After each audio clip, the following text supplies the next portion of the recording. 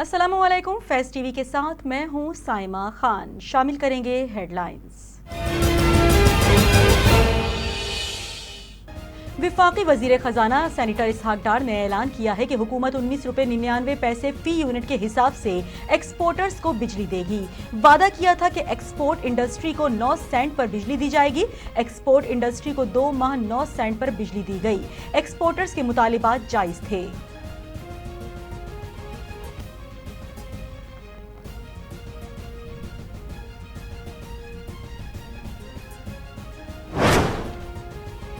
पाकिस्तान तहरीक इंसाफ के head of media affairs Fawad Chaudhry ने कहा है कि नैब की तरफ से काबीना अरकान को बतौर गवाह तलबी का नोटिस रियासत की तौहीन है। पीटीआई रहनुमा ने अपने ट्विटर बयान में मौक़िफ़ इख्तियार किया कि काबीना अपने फैसलों के लिए किसी इदारे को जवाबदेह है तो वो पार्लिमान है।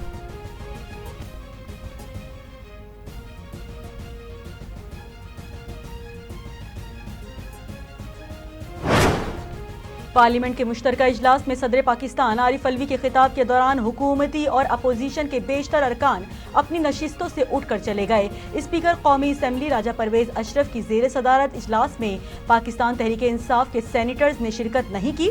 सदर के खिताब के दौरान अपोजिशन लीडर राजा रियाज समेत पीटीआई के मुनहरिफ अरकान ने एहतजाज और नारेबाजी की, जबकि ख्वाजा आसिफ ऐवान में दीगर अरकान को वॉकआउट के लिए कायल करते रहे।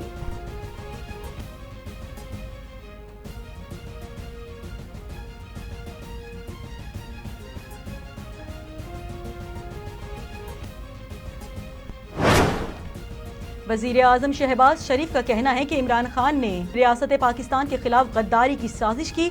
साइफर के मामले में कौम और मुल्क के साथ बदतरीन बददियानती की गई।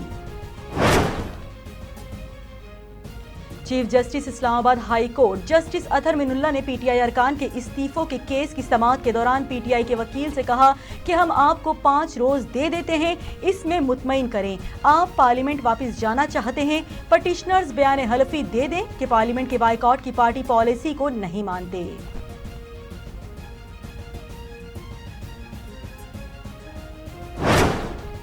कारोबारी हफ्ते के दूसरे रोज मुल्क में सोने की कीमत में इजाफा हुआ है।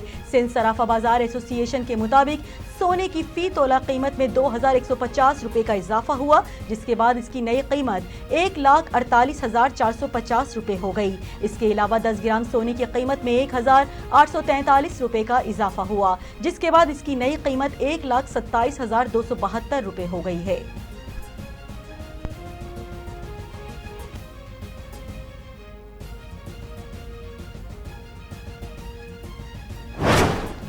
इंग्लैंड के खिलाफ 7 मैचों पर मुश्तमिल T20 सीरीज में शिकस्त के बाद कौमी टीम आईसीसी रैंकिंग्स में तीसरी से चौथी पोजीशन पर चले गई। आईसीसी ने T20 फॉर्मेट की टीम रैंकिंग जारी कर दी, जिसके मुताबिक कौमी क्रिकेट टीम की 1 दर्जा तनज़्ज़ुली हुई है।